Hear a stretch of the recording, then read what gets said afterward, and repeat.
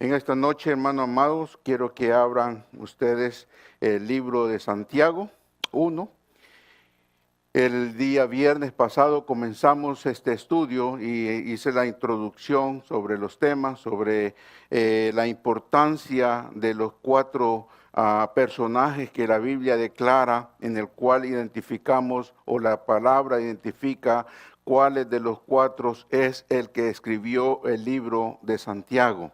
Y llegamos a decir de que la Biblia declara de que es uno de los hermanos de nuestro Señor Jesucristo, en el cual Él fue después el que el Señor llegó y vemos nosotros cómo el Señor lo usa dentro del ministerio, llegando a ser uno de los pilares de la iglesia primitiva.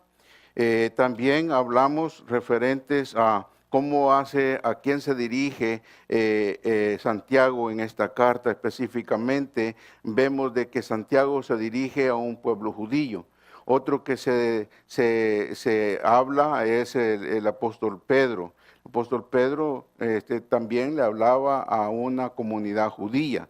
Es importante reconocer a quien le habla la palabra, pero eso no quiere decir de que la palabra no se puede implementar o no se implementa con nosotros, siendo nosotros como gentiles. Y es un libro bastante directo. En verdad que este libro no anda con tentaderas. Santiago es directo en todas las cosas que él habla en el libro, en los 5 capítulos. Nosotros vamos a estudiar este libro versículo por versículo y capítulo por capítulo, y le vamos a sacar el jugo, como decimos nosotros, a todos los versículos que Santiago nos habla.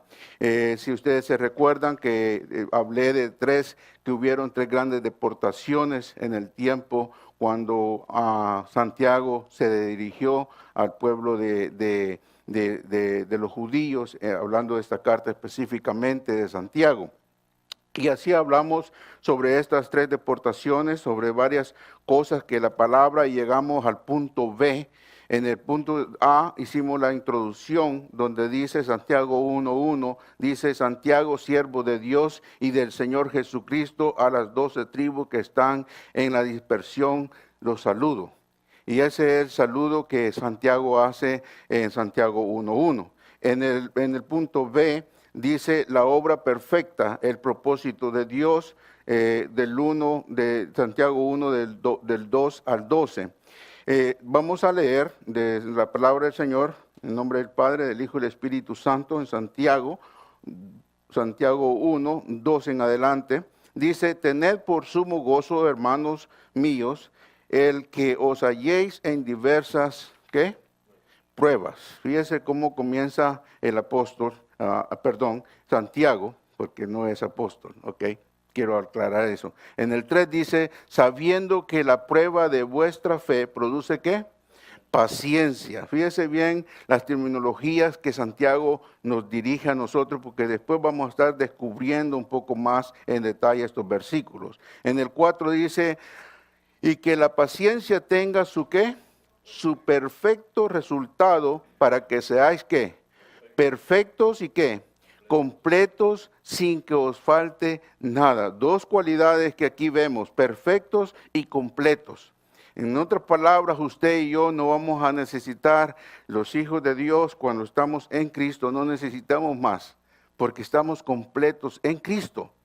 Tenemos que reconocer que cuando Cristo nos cambió, nos salvó, no solamente nos dio el 50%, el 75%, nos dio el 100%. Por eso usted y yo tenemos la seguridad de nuestra salvación completa. El enemigo no puede decir de que mañana usted la pierde o que usted es a medias. El Señor hace las cosas perfectas con cada uno de nosotros. Como una nota en Santiago 1:2, primeramente Santiago en el versículo 2, en el cual ya lo hemos leído, encontramos una expresión en la cual les llama hermanos míos. esto no es solo como hermanos de raza. Usted sabe de que muchas veces nos identificamos, cuando yo soy salvadoreño, me identifico con otro salvadoreño, o así viceversa, cada uno de nuestros países, cualquier país que sea, los identificamos con ellos. Y no solamente eso, sino sobre todo como hermanos en la fe cristiana dispersados por el mundo. Una de las cosas y de las cualidades que ustedes tienen que comprender es de que cuando nosotros entramos a la familia de Dios, todas las cosas cambian.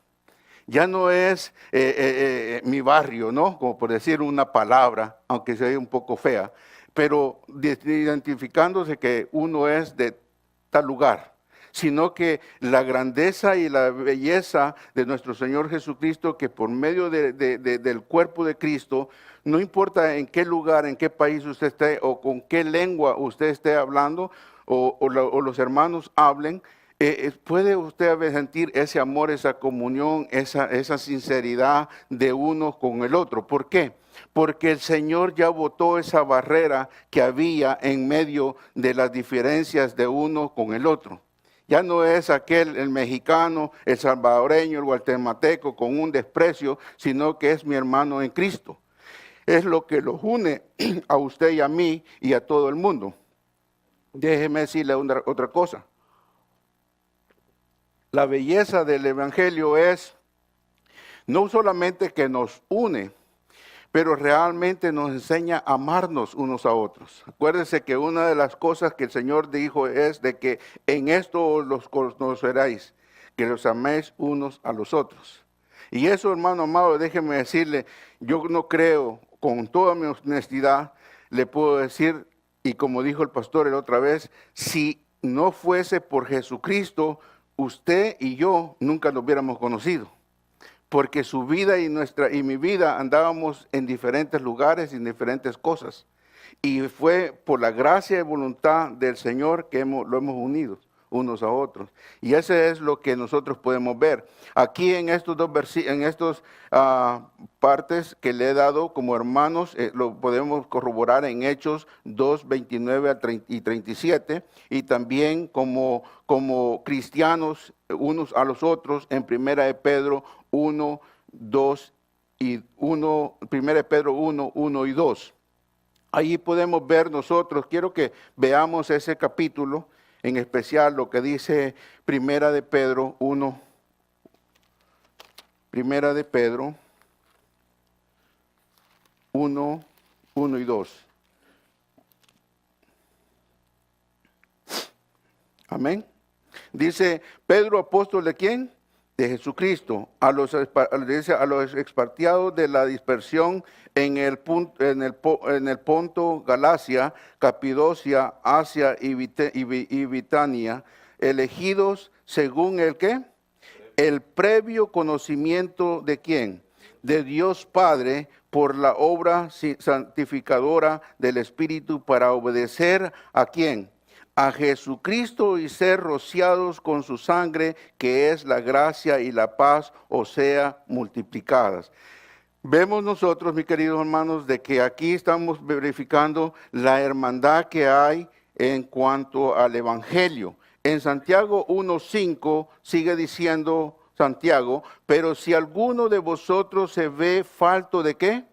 De sabiduría, que la pida ¿a quién? A Dios, el cual dice, da a quienes, a todos abundantemente y sin que reproche, y le será dada. Déjenme decirle que es algo precioso lo que Santiago está hablando, porque habla de tantas cosas bien importantes. Primeramente, hermano amado, la sabiduría no viene del hombre.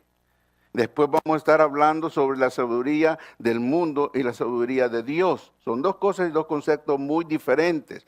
Pero una de las cosas, hermano amado, que nosotros tenemos que ver como una luz en las Escrituras es cuando nos está dirigiendo la palabra a quién hay que ir. Y en este caso Santiago se está dirigiendo a usted y a mí, que nos dirijamos hacia el que da la sabiduría, que es Dios. En el 6 dice, pero que pida ¿con qué? Con fe. ¿Sin qué? Sin dudar. Porque el que duda es semejante a la ola del mar, impulsada por el viento y echada de una parte a otra.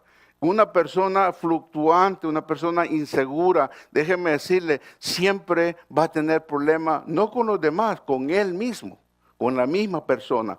Cada uno de estos versículos vamos a estar nosotros descubriendo uno por uno toda la intención del versículo que Santiago nos está hablando. Dice en el 7, no piense pues ese hombre de que recibirá cosa alguna del Señor. Dice en el 8, siendo hombre de doble ánimo, inestable en todos sus caminos, pero que el hermano de condición humilde se gloríe en su alta posición. En el 10 dice, y el rico en su humillación, pues él pasará como la flor de la hierba. En el 11 dice, porque el sol sale con calor abrasador y seca la hierba y su flor se cae y la hermosura de su apariencia perece, así también se marchitará el rico en medio de sus empresas. En el 12 dice, bienaventurado el hombre que persevera bajo la prueba, porque una vez que ha sido aprobado recibirá, ¿qué? La corona de la vida que el Señor ha prometido ¿a quiénes? A los que le aman. Déjenme decirles, el apóstol Pablo nos habla a nosotros de cuando él estaba despidiendo, él dice de que él ha cumplido ya él ha corrido la buena batalla, ha peleado la buena batalla, ha corrido la buena carrera y que solamente espera que el Señor le otorgue la corona de la vida. Hablando sobre esta corona que todos nosotros en algún momento vamos a recibir de parte del Señor en nuestra vida. Aquí vamos a dar un comienzo de introducción. En este dice, el sufrimiento es una realidad de la vida, aún para ¿quiénes? Para los cristianos. Déjenme decirle una cosa, hermano. Muchas veces pensamos nosotros de que como somos hijos del Dios Altísimo, no nos va a tocar nada, no vamos a sufrir, no vamos a pasar ningún problema. Bueno, no es lo que la Escritura nos dice. Ok, primeramente, sea que tenga que ver con enfermedades o con enfermedades, con problemas económicos, con problemas familiares o con la seguridad personal, todos los creyentes pasan por tiempos difíciles. Usted y yo que ya corrimos un par de millas en nuestras vidas, podemos identificarnos muchas veces o varias veces con estas cosas. Perdón. Podemos saber nosotros de que esa es la vida, ¿no? Tú te duermes hoy en la noche, estás bien y de repente algo sucedió durante la noche, para el despertar algo sucedió, puede ser tu salud, puede ser una cosa que vino con tu familia, un terremoto que llegó y se te cayó toda la casa, en fin. Cualquier circunstancia de la vida o de la naturaleza pueden venir y pueden cambiar el sistema de vida que uno tiene hasta ese momento. Sin embargo, hay esperanza en esas luchas. Dios nos promete que podemos soportarlas y aún prosperar en medio de ellas. Si buscamos, esta es la llave primordial, si buscamos su rostro durante los tiempos más difíciles de nuestra vida. Déjenme decirles, muchas veces cuando las cosas se ponen tan difíciles, tan apretadas, lo primero que nosotros hacemos es correr. Muchas veces es echarle la culpa a Dios. Muchas veces es echarle la culpa a la esposa, al esposo, al hijo, a la circunstancia, al patrón, porque me quitó el trabajo. ¿Me comprende? O muchas cosas. Nosotros siempre buscamos como hizo Adán y Eva, ¿no? Cuando el Señor le preguntó a Adán, le dijo, bueno, aquí la pareja que tú me diste fue el problema que tuve yo. Le preguntó a la mujer y la mujer dijo, bueno, aquí está esta culebra que también Satanás me engañó. Entonces, ¿qué pasó?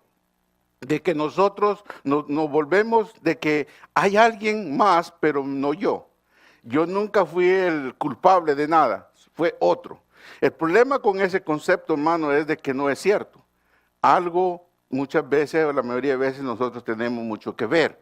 Ahora, todos los creyentes pasan por tiempos difíciles. Sin embargo, hay esperanza en esa lucha. Déjeme decirle, en los más momentos más difíciles, siempre estando seguros de que toda obra para bien a los que aman ¿a quién? Al Señor, y que Él cumplirá su propósito en nosotros.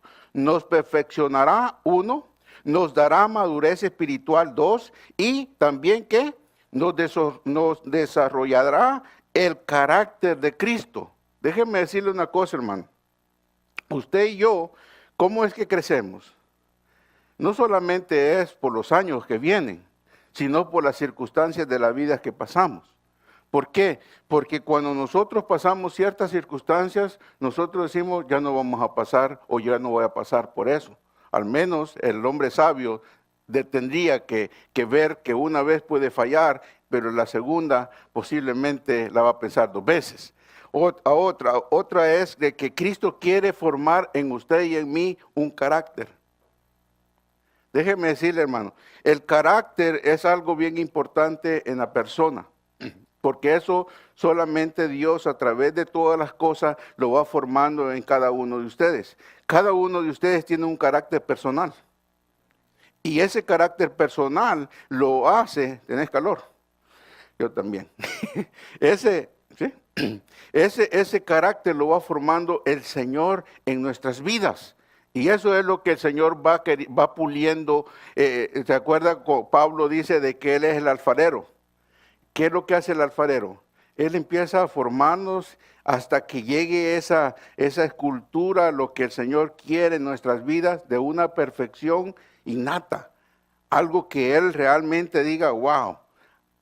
Pero cada día, hermano amado, la palabra dice que hasta que lleguemos hasta la altura de nuestro Señor Jesucristo, o sea, hasta el momento último, nosotros vamos a ser perfeccionados.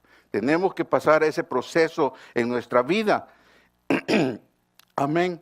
En medio de los momentos de dolor y sufrimiento tenemos que pedirle al Señor la sabiduría para afrontar la situación y Él nos dará fortaleza para soportarla y salir victorioso de las pruebas. Déjenme decirle, hermano, hay pruebas tan fáciles que no cuestan mucho, pero hay unas pruebas difíciles. Y esas pruebas difíciles cuando vienen es como usted y yo vamos a reaccionar sobre ellas. Yo pensaba cuando escribía, pensaba en Abraham. Usted sabe que Abraham desde el principio no fue algo fácil, porque el Señor le dijo, sal de tu parentela, ve a un sitio que yo te voy a dirigir y haz lo que yo te digo. Aquellos momentos no fue un momento placentero porque dejaba todas las cosas y se iba a un lugar que desconocía completamente. Ahora, en esos momentos de que le tocó viajar y todo eso, es muy diferente al tiempo de ahora. Hoy hay tantas cosas de que casi uno no siente los viajes, pero en ese tiempo algo diferente. No es tanto eso lo que yo le quiero decir, mi hermano, pero también se recuerda cuando el Señor le pide a su único hijo. Hermano amado, déjenme decirle, muchas veces nosotros leemos las cosas, pero nunca hemos vivido eso. Pero ¿cuánto vemos nosotros que este hombre obedeció? Hasta el momento de llevar a su hijo. Yo me ponía a pensar lo que el hijo le dijo al papá. Imagínense que usted lleva a su hijo y el hijo le dice, bueno papá, veo la leña, veo los productos que va a hacer para el sacrificio, pero no veo el sacrificante, ¿verdad? No veo el ternero, lo que usted quiera. ¿Cómo va a hacer? ¿Y qué es lo que le dice él? Simplemente él le dice, el Señor se va a proveer. Fíjense bien las palabras de fe que él usó con su hijo. No de desesperación, sino que de fe. Primeramente. Segundo, vemos nosotros al final cómo este hombre pasó esa prueba. Una prueba bien difícil. La segunda cosa que yo veo en Abraham es que cuando él sale con su hijo, él no le dice, mira, que el Señor me ha mandado y tengo que hacer esto. No, él le dice, vamos, ¿y qué le dice? y regresamos. Espérenos. Qué confianza, hermano, de que Él no le dice, bueno, vamos a ir y va a suceder esto.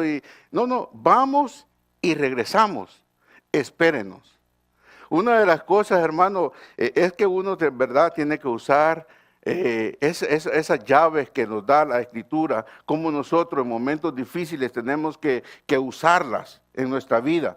Solo cuando pedimos esa sabiduría que viene ¿de quién? De Dios, podemos adoptar la actitud correcta. Déjeme decirle, hermano, cuando usted pide sabiduría de cualquier otra persona, y no estoy minimizando que una persona no puede ser sabia o un buen consejo, pero cuando usted se va más a las cosas seculares que a Dios, que le puede dar lo mejor a usted, usted va cometiendo ya un error. Solo cuando pedimos esa sabiduría que viene de Dios podemos adoptar la actitud correcta frente al sufrimiento.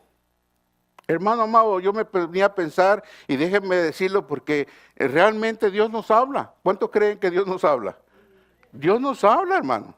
Y cuando yo leía y estudiaba, me vino a pensar cuando di esta declaración, solo cuando pedimos esa sabiduría que viene de Dios podemos adoptar la actitud correcta frente al sufrimiento. Podemos ver al Creador por encima de toda circunstancia y estar seguros de que Él sabe lo que hace y por qué lo hace. Déjenme decirle, yo me recordaba cuando ponía esto, me recordaba de esta mujer que nos salió la penúltima vez que fuimos con el pastor Eddie a Guatemala. ¿Por qué? ¿Por qué el Señor me trajo este recordamiento? Porque esta mujer dijo algo bien significante. Ella dijo de que le había pedido a Dios sin conocerlo, le había dicho a ella, a Dios, que al caso no hay una persona que me hable de tu palabra. Eso fue lo que le dijo esta mujer a Dios. No hay una persona que me pueda hablar de ti. Y el Señor le mandó a 2 siervos. Pero déjeme decirle algo más. Yo estoy seguro el 100% que lo que Dios habló ese día a esa mujer le va a recordar toda su vida. Toda su vida la va a marcar. ¿Sabe por qué? Porque llegó Dios al momento de su vida más desesperada que tenía esa mujer.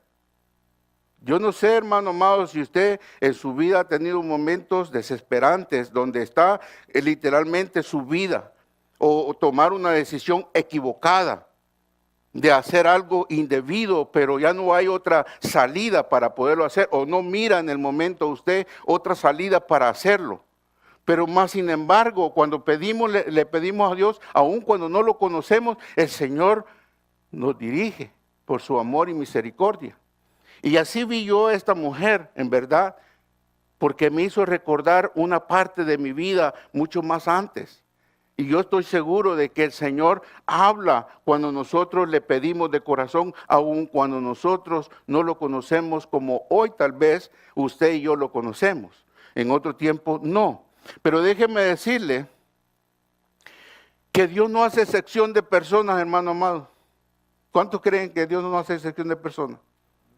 Muchas veces pensamos nosotros este pensamiento, las pruebas llegan tanto al rico como al pobre. ¿Cuántos piensan de que sí es? Uno dice, no, pues el rico, yo quisiera ser rico. Pues el rico no, nadie lo toca, tiene poder, tiene esto, tiene lo otro. Las pruebas llegan para los dos, mi hermano. Esta mañana, antes de venir para afuera de mi trabajo, me dice un compañero, Ernesto, me dice, necesito $5. Y le digo, oh, sí, ¿para qué? Oh, vamos a ir a comprar el loto, porque ahora hay un montón de millones, me dice. Y los vamos a volver multimillonarios. Y le digo, oh, de veras. Bueno, le digo yo, cuando seas multimillonario, recuérdate de mí, le digo yo. No, mi hermano, le digo yo, por eso no malgasto mi dinero. Pero mira cuántos hay, mira que esto y lo otro. Le digo, no, está bien conmigo. Eso no es el todo, hermano. Dios sabe perfectamente lo que necesitamos y cuándo lo necesitamos y por qué lo necesitamos. Muchas veces la avaricia nos lleva a hacer cosas que ofendemos a Dios. De alguna manera inocente tal vez, pero lo ofendemos. Porque no creemos tanto en lo que Él puede hacer con nosotros. Yo me recuerdo el mismo Abraham, cuando le dijo a aquel hombre, después que fue a salvar a su hermano, le quería dar las joyas y todo eso, y él le dijo, no, yo no quiero nada. No voy a hacer de que vosotros digas que por vosotros, por vuestro tesoro, yo me vuelva rico. Y solamente rico me ha hecho Él. Déjenme decirle, la vida de cada uno de nosotros puede cambiar así, mire, para bien o para mal, porque su vida está en las manos de Dios. Las circunstancias son circunstancias. Las circunstancias nomás me indica cómo yo puedo estar en un momento dado, pero Dios puede cambiar las circunstancias para bien, diferente manera. Y es lo que podemos nosotros ver cuando dice las pruebas llegan tanto al rico como al pobre. Ni la pobreza impedirá que lleguen los momentos difíciles, ni tampoco las riquezas podrán librar del sufrimiento. Hermano amado, déjeme decirle, usted podrá tener mucho dinero y ¿cuántos tienen un montón de sufrimientos? ¿Cuántos tienen un montón de problemas? Y tienen dinero. Los creyentes que sufren las pruebas de la pobreza pueden hallar gozo en su posición espiritual porque aprenden a contentarse cualquier que sea su situación. No al caso Pablo dice de que él sabía estar contento en lo mucho, en lo poco y en lo nada.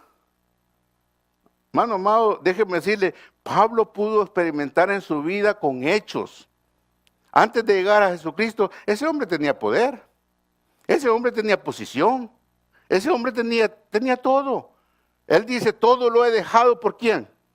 Por Cristo. Lo tengo como ¿qué? Como basura. O sea, cuando usted ha tenido y usted da todo eso, usted ya no valoriza las cositas pequeñas, hermano. ¿Me comprende? Usted ya lo ha tenido, ya ha estado ahí. Pero Él ha experimentado y nosotros muchas veces experimentamos todos esos van y ven de la vida, donde el Señor nos tiene muchas veces acá, de repente estamos acá y de repente estamos acá.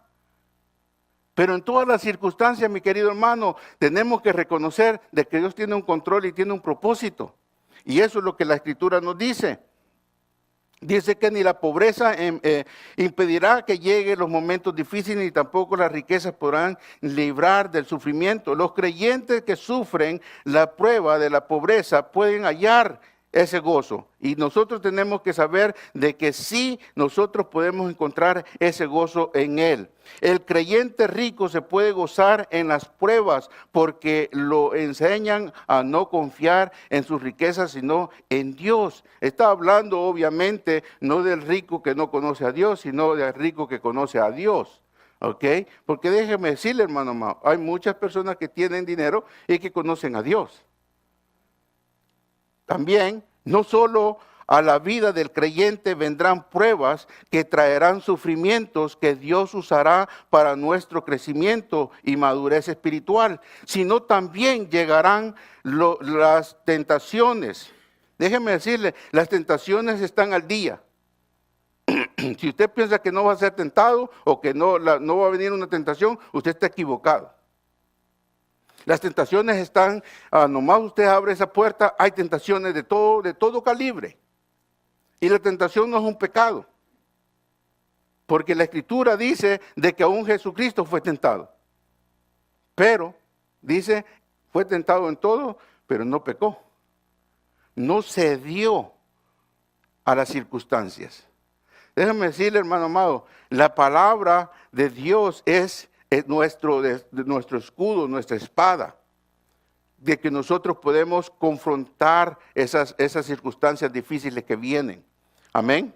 La tentación está relacionada con el hecho de ceder ante el pecado. Aunque todos somos susceptibles a las tentaciones, cada persona tiene su propio deseo o concupiscencia. Algo que vemos o oímos de repente capta nuestra atención y dentro de nosotros aparece un fuerte deseo de tener o hacerlo. Déjeme decirle, hermano, ¿nunca ha visto un niño cuando lo lleva a comprar? Mira algo, le gusta y ese hace lo imposible para obtenerlo. Usted y yo nos gusta algo y hacemos lo imposible para obtenerlo. El deseo de nuestro corazón. Y hay muchas cosas, hermano, que nosotros deseamos y que no son buenas, pero las deseamos. Pero cuando pensamos en el objeto deseado, nuestra mente comienza a elaborar una justificación para conseguirlo. O sea, alguien dice, ¿y de verdad necesitas esto? Oh, no tanto, pero es que mira que estoy, y le empieza a argumentar por qué usted necesita eso. Y si usted es también honesto con usted mismo, usted va a saber de que hay muchas cosas que uno compra por impulsión. Porque alguien le dijo, porque, ay, se mira bonito, ¿verdad? Sí, pero mire que esto y lo otro. Y en verdad no lo necesita.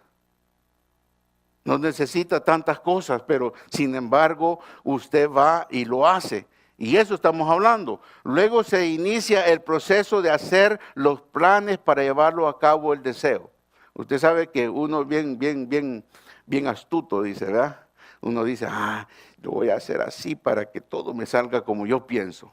Le voy a ir por acá, le voy a decir esta mentira, le voy a decir esta otra, y yo voy a lograr ese objetivo. ¿Sí o no? Así somos, hermano, así es la mente del hombre, del ser humano, siempre perspicaz, siempre queriendo ver cómo sale en caballo blanco, decimos nosotros, ¿no? A costa de lo que sea. Yo voy a salir victorioso, pero de una manera deshonrosa. Ese es el problema que hay. Esto implica nuestras decisiones conscientes de complacer el deseo. Si permitimos que el proceso continúe, se da a luz el pecado o la desobediencia. Todo lo bueno desciende ¿de quién? De Dios. Tiene que comprender eso, hermano. No hay cosa mala en Dios. Todo lo bueno desciende de Dios. Debemos permitir que Él nos gobierne, hablando de Dios, y controle a través de su Santo Espíritu Santo. Déjeme decirle, el Espíritu Santo no solamente es un títere, no solamente es algo que, un buen pensamiento. No, el Espíritu Santo es una persona, la tercera persona de la Trinidad, la que opera en nosotros, dentro de nosotros, y la que nos ayuda en todo, y nos ayuda no solamente en las cosas que debemos hacer, sino en todas las cosas. Y es algo que nosotros como cristianos muchas veces lo apartamos. Abrazamos más al Padre y al Hijo, pero como que desechamos un poco más al Espíritu Santo. Como que no le damos mucha importancia en nuestra vida cuando debería ser la importancia número uno. Porque ese es el que ha dejado Cristo a nosotros para que nosotros podamos ir adelante como iglesia, como hijos de Dios. No como algo olvidadizo, como una foto que está allá en la pared y se mira bonito.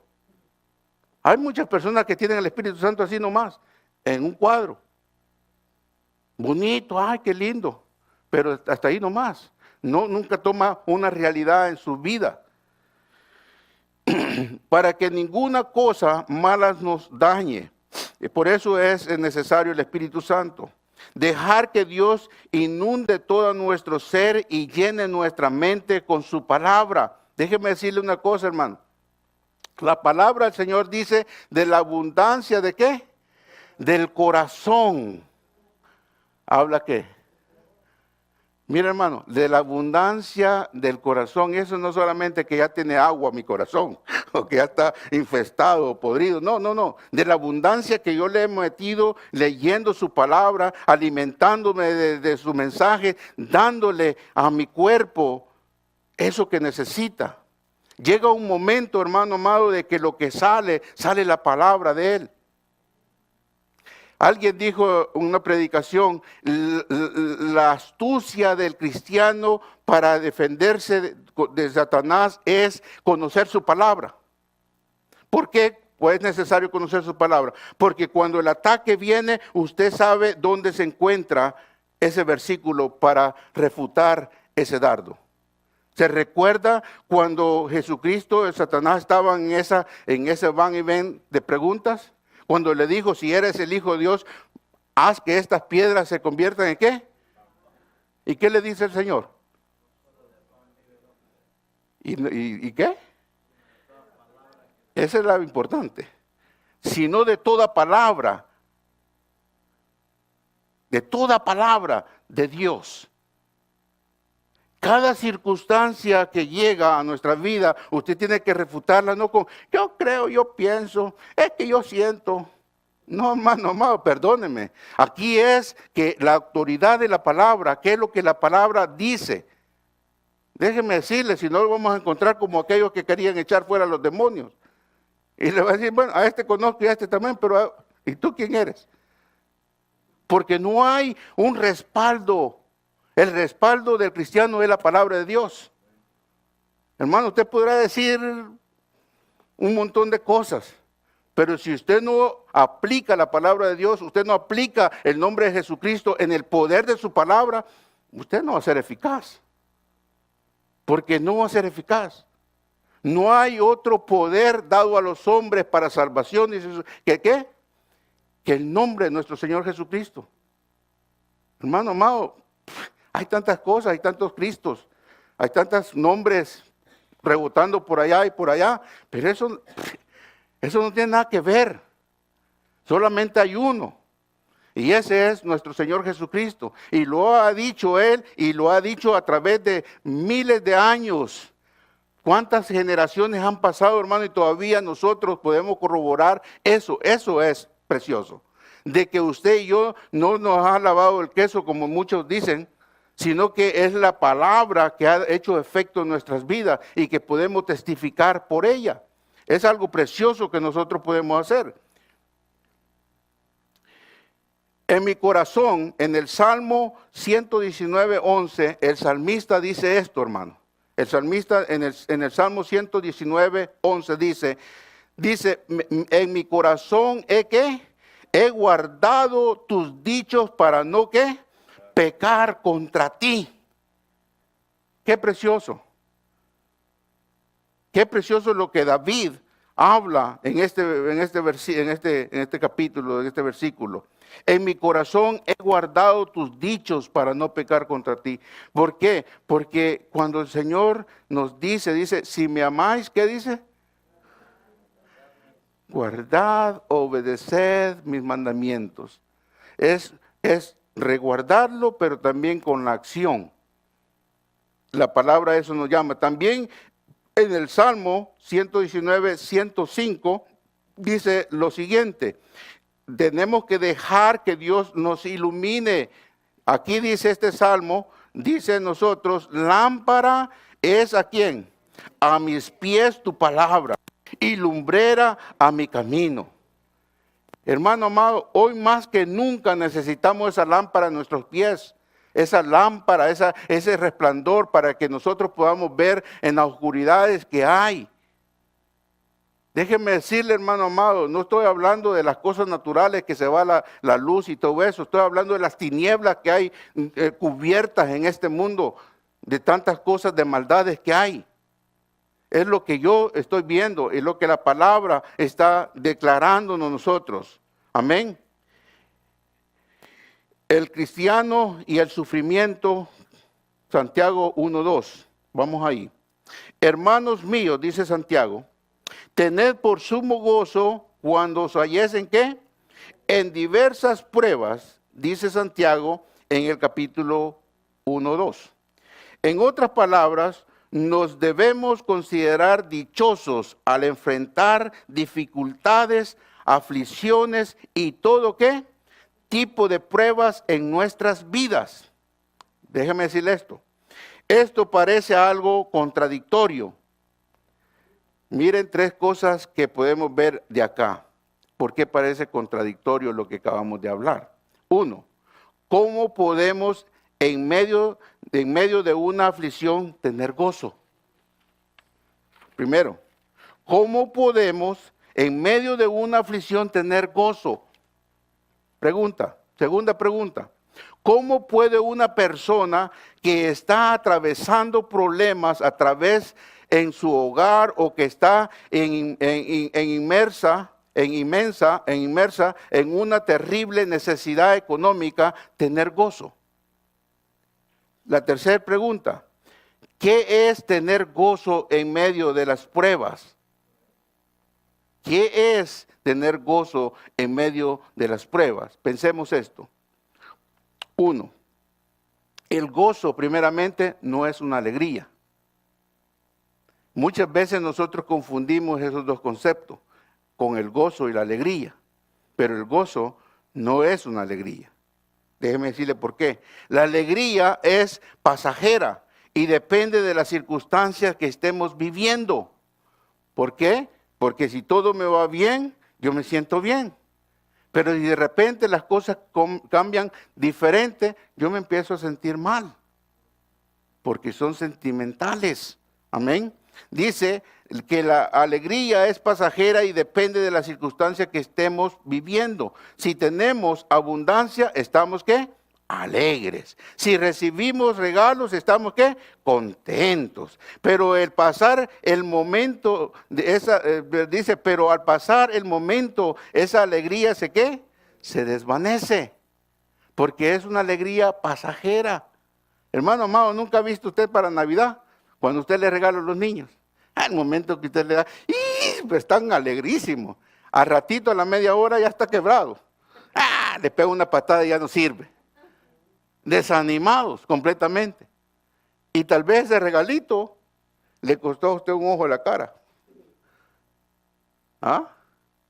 Especialmente hoy en día, los niños no quieren un regalito sencillo. Antes se conformaban los niños con cualquier cosa. Hoy los niños le dicen, quiero tal cosa. Usted la piensa 2 veces porque ese regalito le cuesta un buen dinero. ¿Para qué? Para que se destruya rápidamente también. Ese es el problema del concepto de la alegría, de que es pasajera.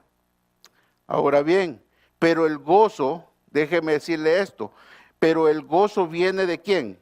De Dios y no depende de ninguna circunstancia. Por eso es que es estable, porque el gozo de Dios no depende de algo que usted mire o sienta.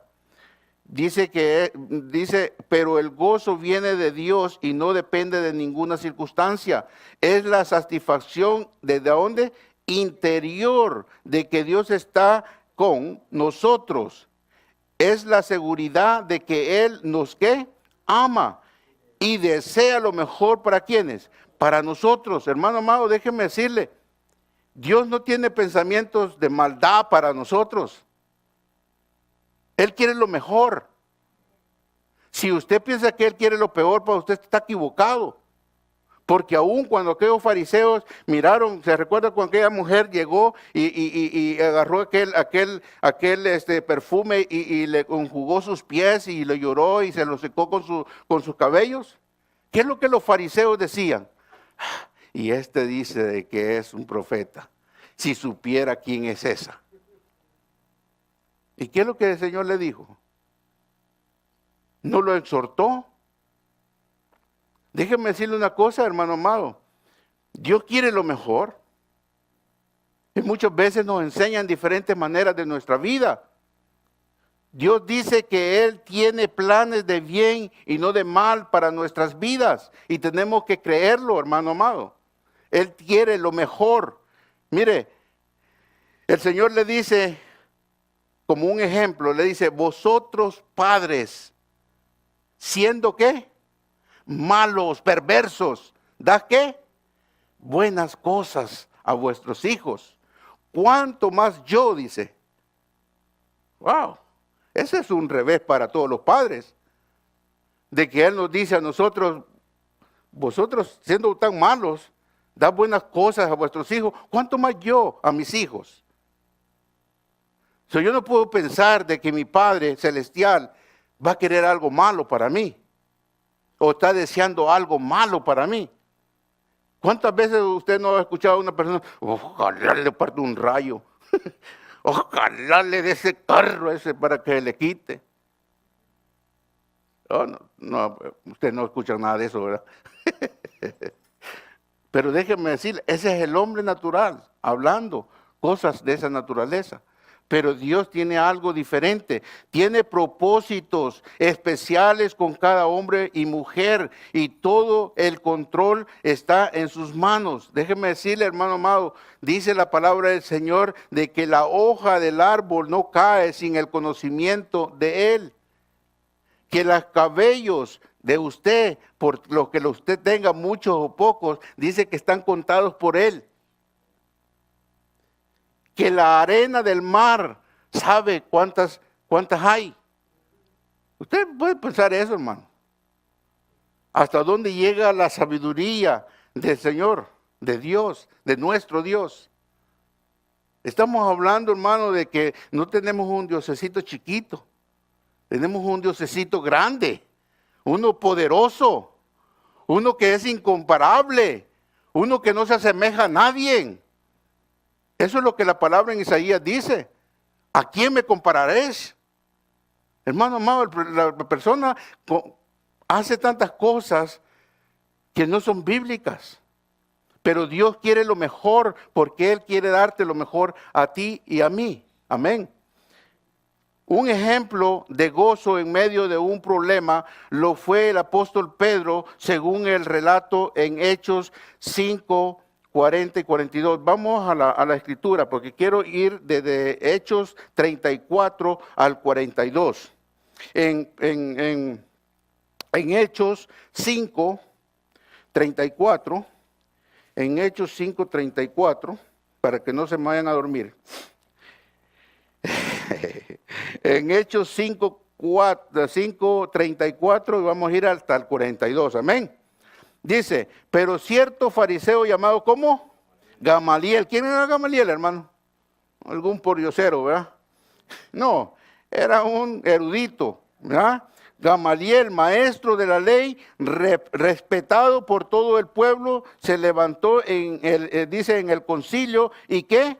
Y ordenó que sacaran fuera a los hombres por un momento, aquellos que lo estaban por maltratarlos. En el 35 dice, y les dijo, varones de Israel, tened cuidado de lo que vais a hacer con estos hombres, porque hace algún tiempo Teudas se levantó pretendiendo ser alguien, y un grupo como de 400 hombres se unió a él y fue muerto, y todos los que lo seguían fueron ¿qué?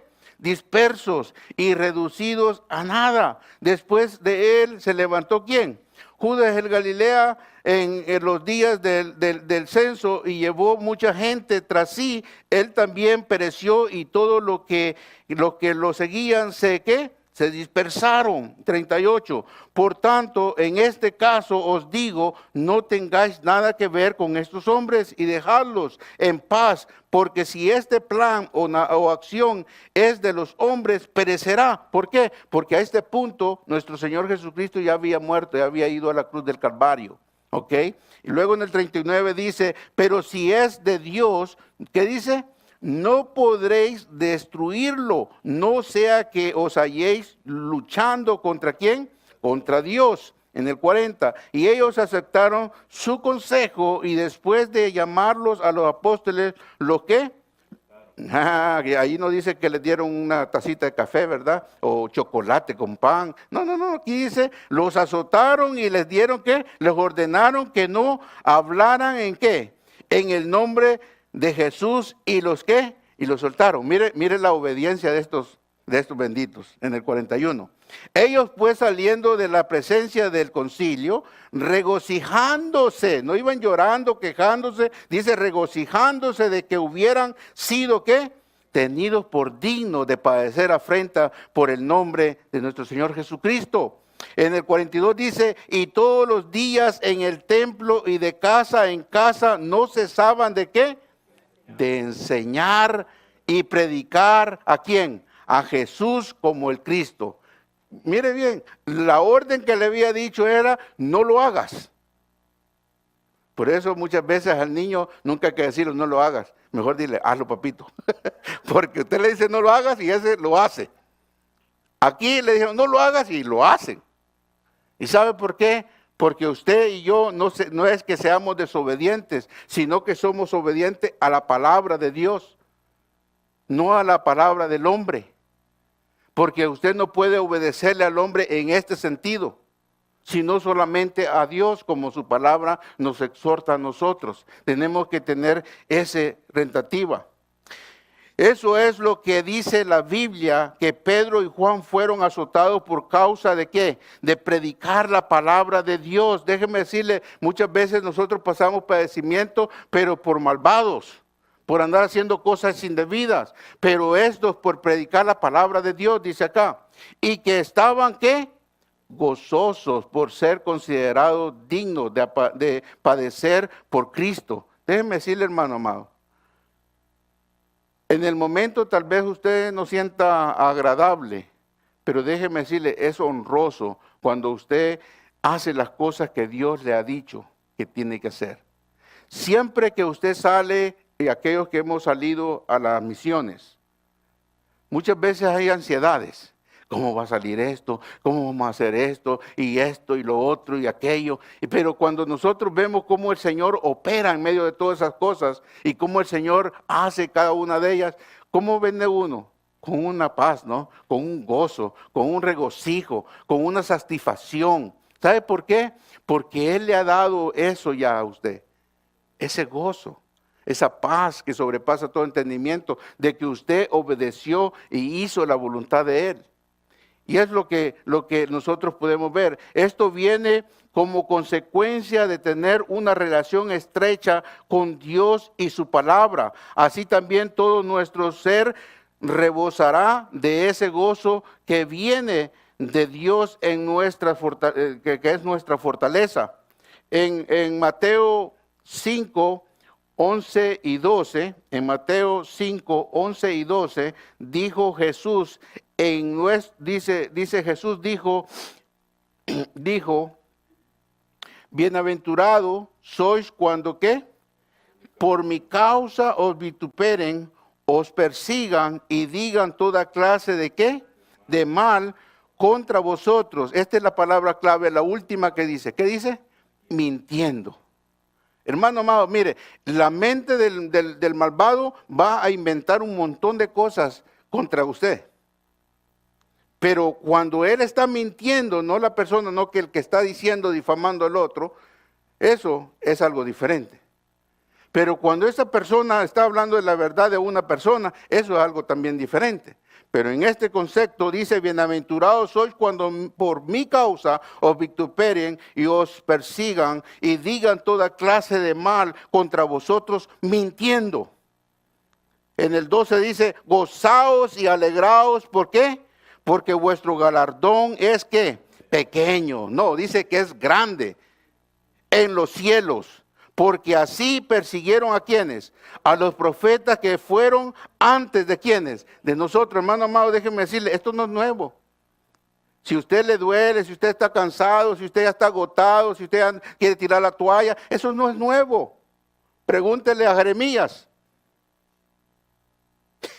Jeremías era el llorón, ¿verdad? Pero una vez le quitó la lágrima y le dijo, yo no quiero hacer nada para ti, ya no quiero hablar de ti.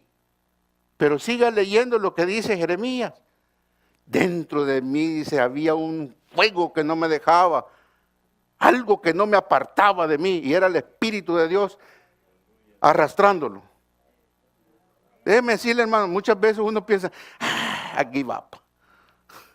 Ya no aguanto, ya no quiero, ya me tienen hasta aquí. Y no es verdad, ¿eh? No se van a enojar conmigo. Pero es la verdad. Muchas veces así actuamos nosotros. El Señor dijo también que somos dichosos y que nos gocemos porque Él tiene cuidado de nosotros. Mire usted lo que dice en Primera de Pedro 5:7. En Primera de Pedro 5:7. En Primera de Pedro 5:7.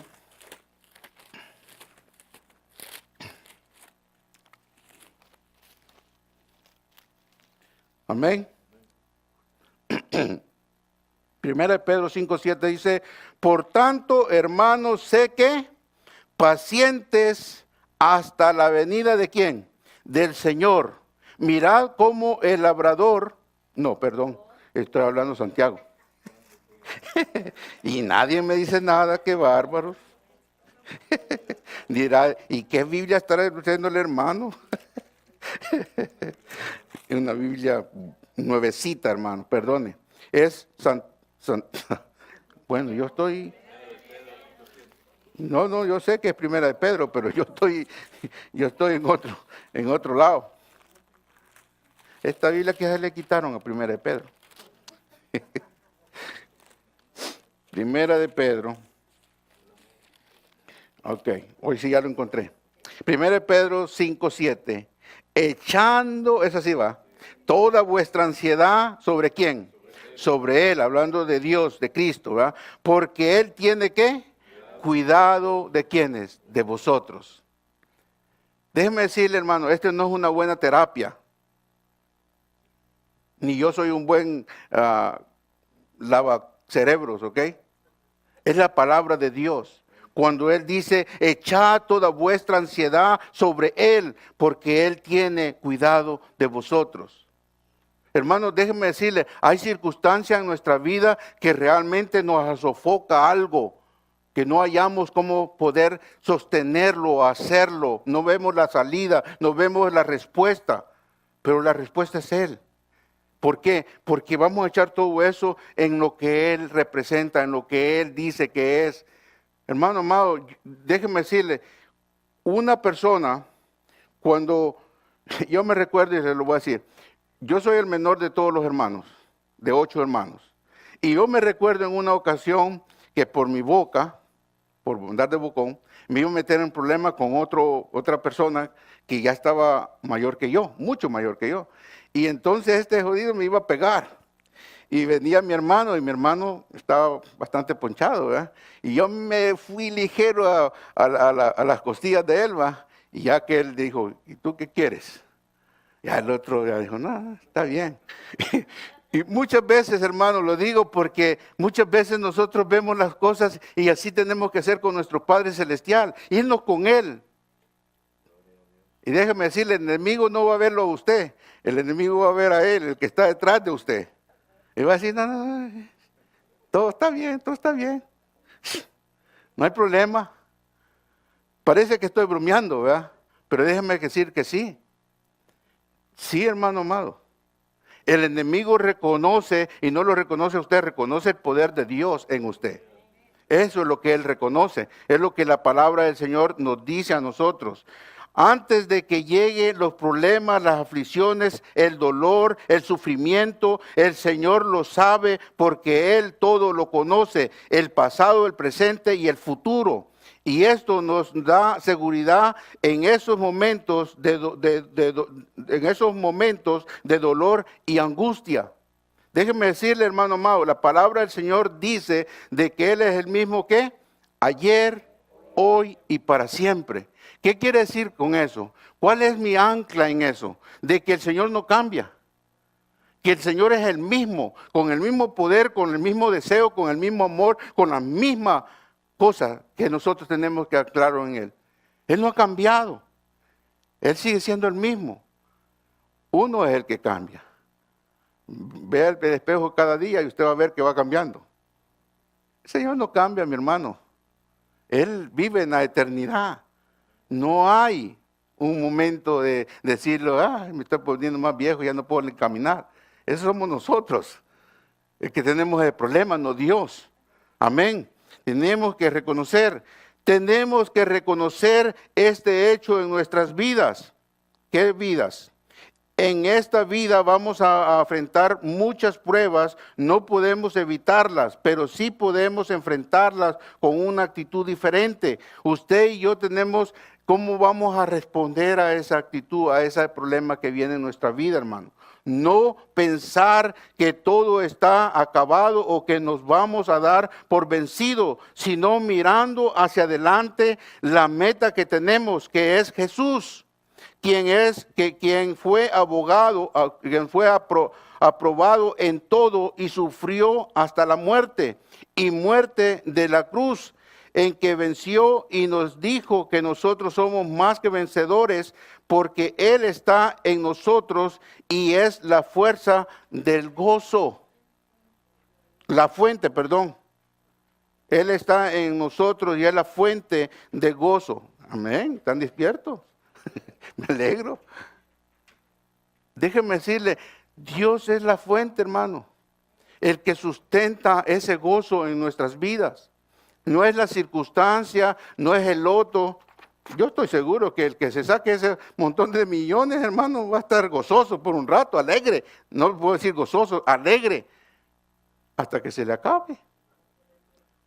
Y alguien va a decir, hermano, usted no sabe cuánto es. Déjame decirle, hermano, lo que le dijo el Señor al rico, cuando aquel rico tenía tanto, dijo, hoy vamos a darle. Dijo, necio, hoy viene por tu alma. ¿Qué vas a hacer con todo eso? La vida del hombre, hermano, no vale por lo que pesa. Eso es cosa que viene y va. ¿Me comprende? Es unas cosas de circunstancia. Usted y yo tenemos una responsabilidad, hermano amado. Una responsabilidad de siempre mirar a Jesús, ¿a qué? El autor y consumador de la fe, como nos dice Hebreos 12:2. Hermano amado, este es un versículo de poder para usted y para mí, porque Hebreos 12:2 dice que Él es el autor y el consumador de nuestra fe. Usted y yo tenemos que estar anclados en nuestra vida, nuestros deseos tienen que estar anclados en Él. No en mi esposo, con todo respeto, o en mi esposa, o en el trabajo, o en lo que yo gano, o en mi talento, o en la universidad, o en lo que usted quiera. No, hermano amado. Lo único que va a valer es a dónde está su corazón. ¿A dónde? ¿A quién le pertenece su corazón? Dice, siempre mirando a Jesús, el autor y consumador de la fe, recordemos siempre esto, sabiendo que Dios está por encima de toda situación y que ningún problema, por grande que parezca, es más grande que Dios. Déjame decirle, hermano, no importa qué circunstancia, nada es más grande que Dios. Y ese es el problema de hoy en día, de que somos tan mediocres, porque pensamos que tenemos y le servimos a un Dios pequeño. Hermano, déjeme decirle, cuando Dios te dice a la derecha es a la derecha, y cuando Él te dice a la izquierda es a la izquierda, y cuando Él te dice para es para. No importa. Él tiene el mando, Él tiene el poder, Él tiene todo, y es más que suficiente para que usted y yo le creamos y le sirvamos a Él. ¿Por qué? Porque Él tiene todo el poder. El Señor tiene toda la autoridad y poder sobre cada situación difícil que nos llegue. No hay otro momento no hay otro momento en que las personas estén más expuestas a permitir que los fracasos los venza y darse por derrotados en cuanto las circunstancias externas causan angustia, dolor en extremo. Cuando usted le da mucha importancia a las cosas, hermano, que alguien le dijo, que usted mira cómo las circunstancias están yendo, y usted empieza a ver todos esos cuadros negativos, usted empieza a poner peor. ¿Me comprende? Porque usted está poniendo la vista en las cosas que están. La palabra del Señor dice que el cristiano no anda, ¿por qué? No anda por vista, sino por fe. Por fe, hermano amado. La vista me va a decir una circunstancia adversa a lo que la fe me va a decir. La mujer que tenía aquel flujo, ella dijo, si tan solo llego y toco el manto de Él, seré sana. Y ella no solamente lo pensó, fue y lo hizo. ¿Y sabe qué? Fue el resultado. Porque el Señor dijo, en medio de la multitud, dijo, ¿quién me ha tocado? Porque poder ha salido de mí. Fue un toque, hermano, no un toque de esos baratos. Fue un toque con precisión de obtener algo de alguien. Y así lo hizo. ¿Qué es lo que le dijo ella? Tu fe te ha sanado, te ha salvado. Es precioso reconocer el poder de Dios cuando nosotros actuamos en fe y le dejamos esa parte al Señor que actúe en nuestras vidas. Amén. No podemos permitir que las aflicciones, el dolor y la impotencia frente a las adversidades de la vida nos roben el gozo, la paz, la seguridad. Déjeme decirle, hermano, esas son cosas que el enemigo quiere. Él dice que ha venido ¿para qué? Para quitarle eso a usted, para matarlo. Dice que ha venido Satanás a nuestras vidas. Pero aquí dice que esto no lo debería de quitar el gozo, la paz, la seguridad de que en todo lo que acontece Dios tiene un propósito. Mire, en el libro de Génesis 39 encontramos la historia de José, y no estoy hablando del pastor José, sino de otro José, vendido por sus hermanos porque tenían envidia y le aborrecían, porque su padre lo amaba más que a ellos. ¿Usted sabe la historia de José? Bíblico. No fue algo tan fácil con todos sus hermanos envidiosos. Hermano, déjeme decirle, la vida de José tuvo altas y bajas, y más bajas que altas, pero por último llegó la de él. Los madianitas, dice, mercaderes que compraron a José, lo llevaron a Egipto y allí lo vendieron a Potifar, oficial del faraón, lejos de su familia en un país extranjero, y siendo un esclavo no se dio por derrotado, sino que su confianza en Dios lo llevó a vencer con toda angustia y a levantarse y a prosperar. Eso es lo que Dios quiere que veamos. Más allá del problema, por encima está Él. Y tú sabes de que José es un tremendo ejemplo para nosotros los jóvenes. Es tremendo ejemplo. Todos se ríen, no me la creen, pero ustedes se sienten viejos, yo me siento joven. El problema lo tienen ustedes. Dice la Biblia que Dios estaba con José. De eso debemos estar seguros, que la presencia del Señor está con nosotros, sea cual fuera la situación. José estaba seguro y prosperaba en todo lo que hacía. Pronto Potifar accedió a José y lo hizo mayordomo de su casa y entregó en su poder todo lo que tenía. Imagínense, hermano, usted llega como esclavo, como este hombre que lo vendieron a él, y de repente el Señor empieza a hacer lo que tiene que hacer con usted. Y todas las cosas se hace usted mejor que cualquiera. El Señor lo estaba prosperando a él en medio de esas circunstancias. Pero se avecinaba otra situación bien difícil para José. Mire, hermano amado, cuando usted sale de una circunstancia, déjeme decirle, a la vuelta de la esquina viene otra. Muchas veces dice, ay, gracias a Dios que ya salí de esta. Déjeme decirle, viene otra. Tarde o temprano viene y le toca, hello, aquí estoy. Viene otra. Y así le tocó a este pobre.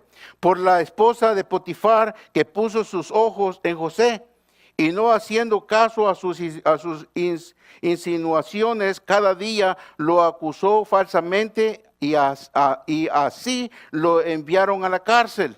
Imagínense.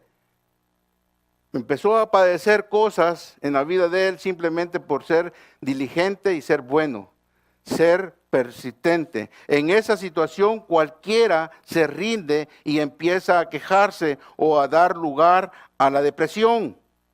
José nunca tuvo esa actitud. Siempre tuvo la confianza en Dios. Pero la gracia de Dios estaba ¿con qué?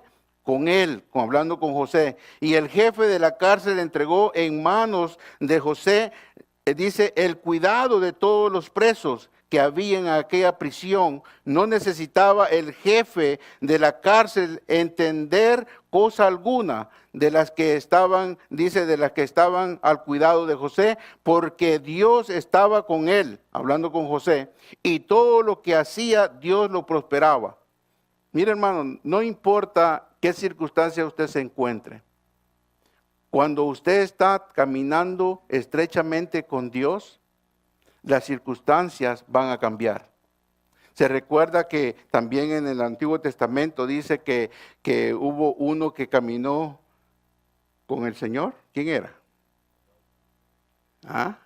Dice que Enoc caminó con el Señor y uno de tantos días el Señor, ¿qué hizo?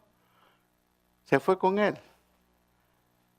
Nosotros sabemos que es uno de los personajes de la Biblia que no experimentó muerte, sino que porque tuvo una relación estrecha con Dios en todo, un día el Señor se lo llevó.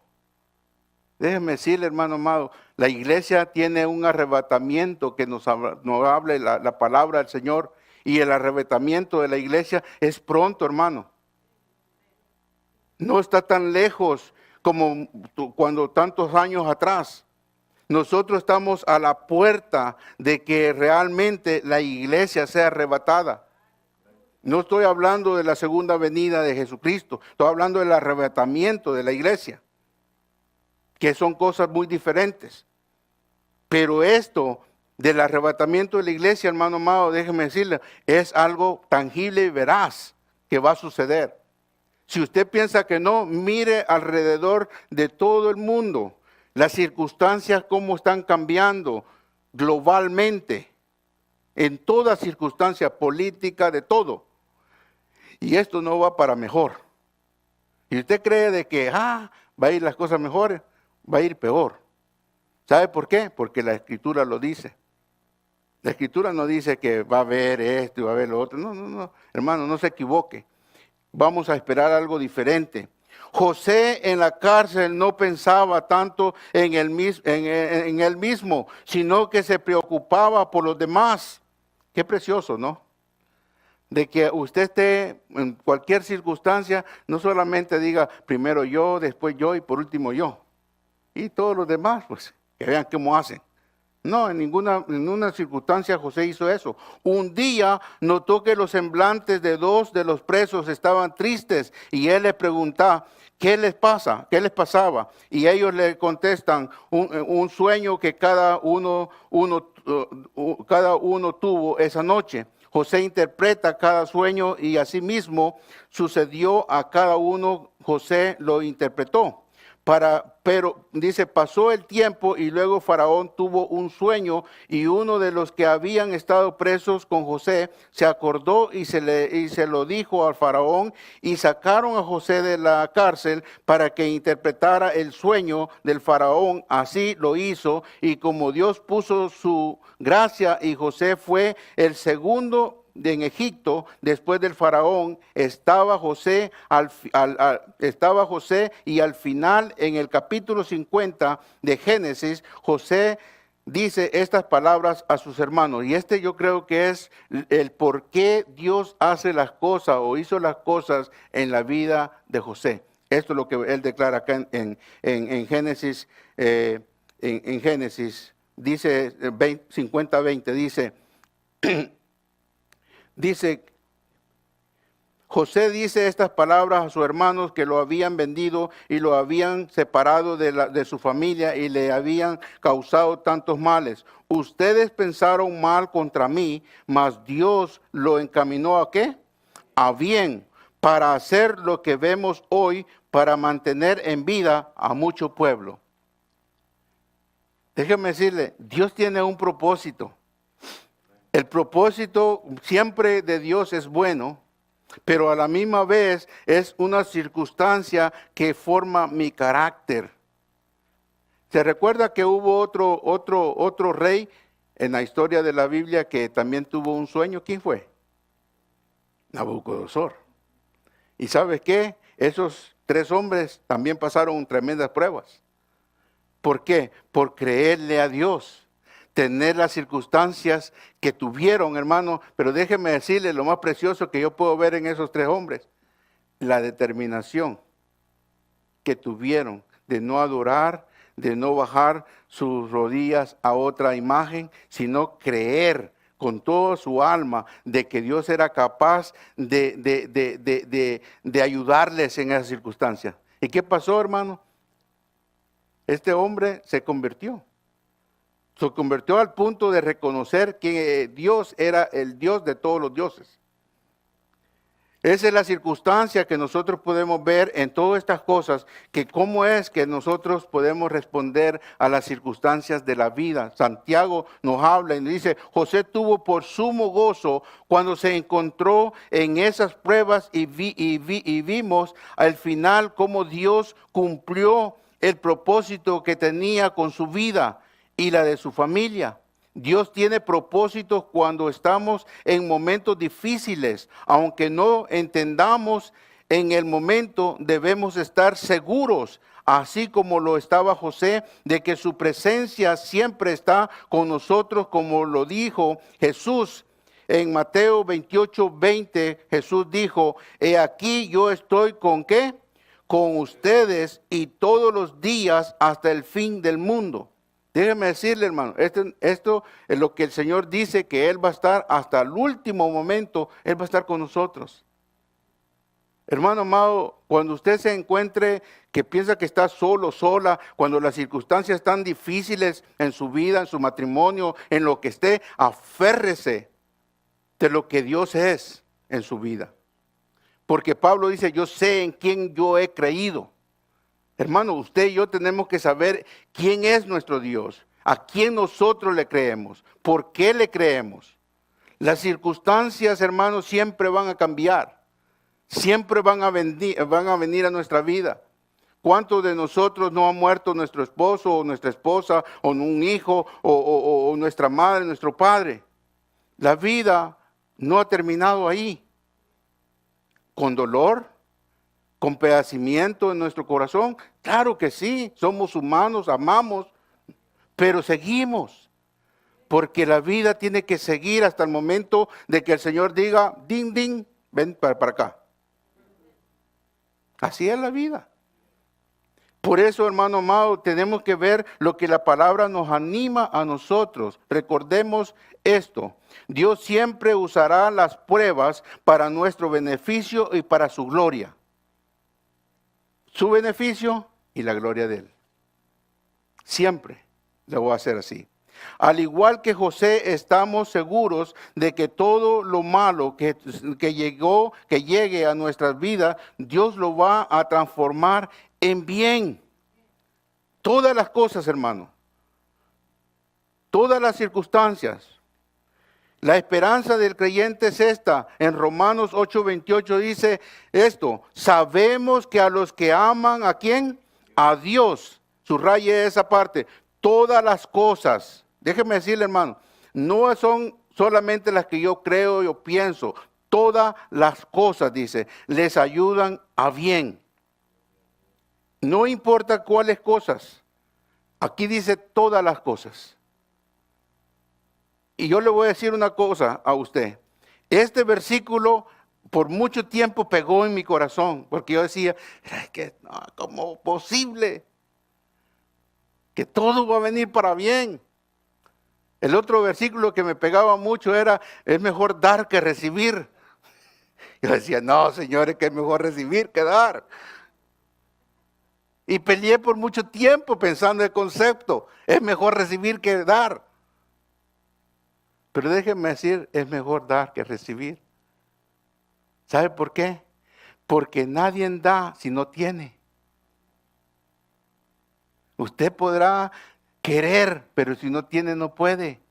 Pero es mejor dar porque tiene, porque Dios ya le ha proveído. Piense eso.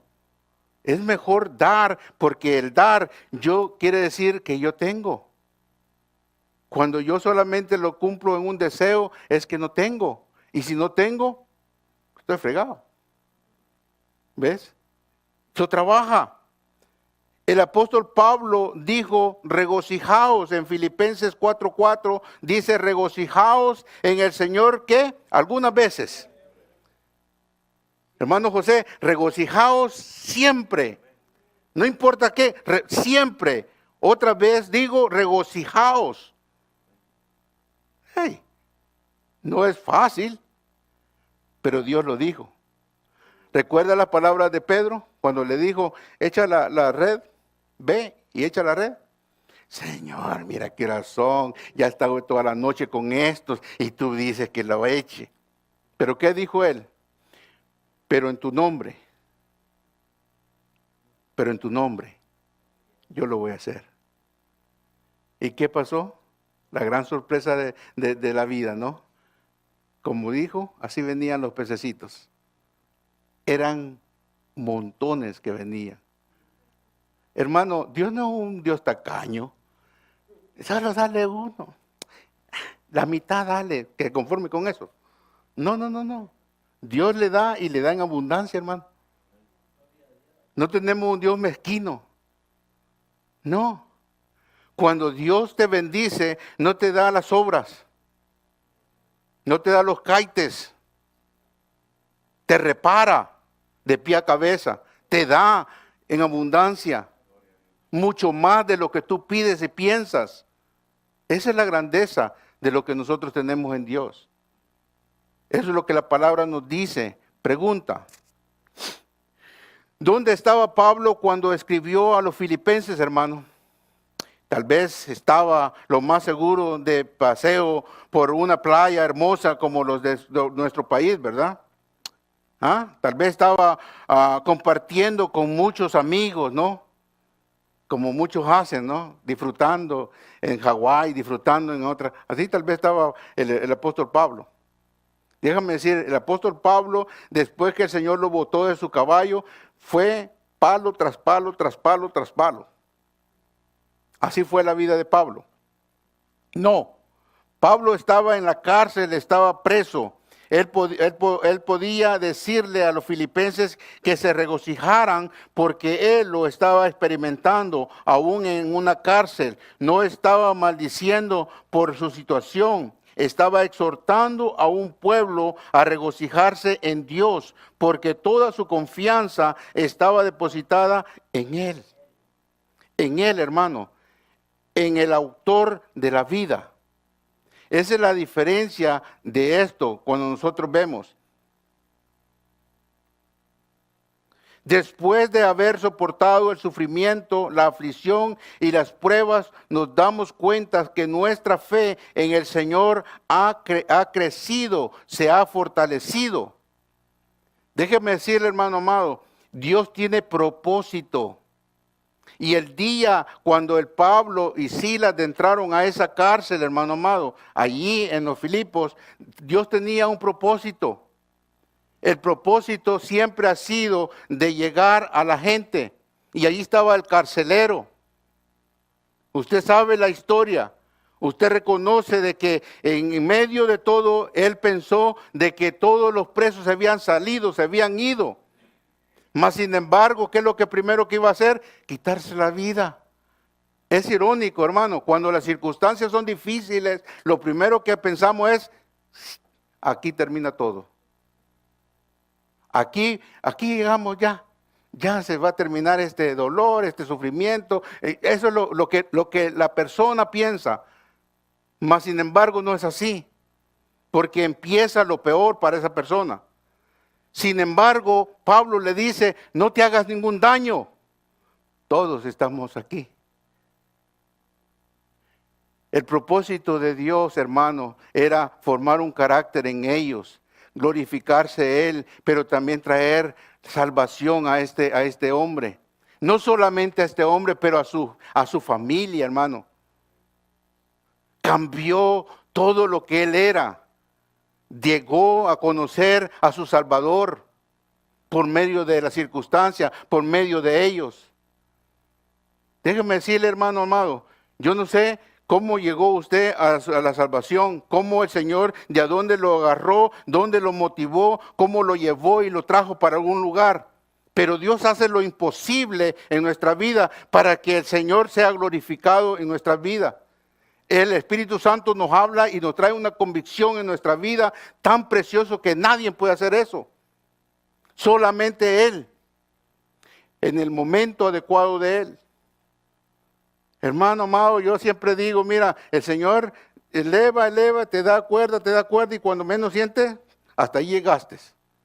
Y allí empiezas tú a hacer lo que Dios quiere que Él haga en tu vida. Así es como Él opera en nuestra vida, hermano amado. Nosotros tenemos que reconocer eso. Después de haber soportado el sufrimiento, la aflicción y las pruebas, nos damos cuenta que nuestra fe en el Señor ha crecido, se ha fortalecido. Santiago 1:3 dice, sabemos de antemano que las pruebas de nuestra fe produce ¿qué? Paciencia.